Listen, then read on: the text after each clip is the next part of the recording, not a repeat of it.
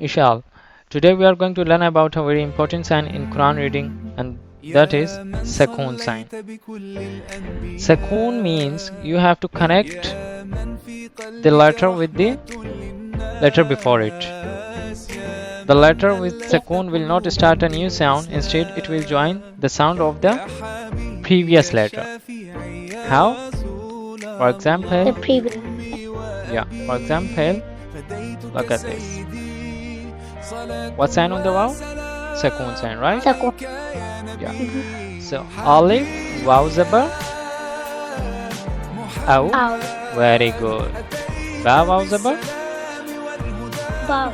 Well done. And you have to tell me this. Ta Waw Zabar.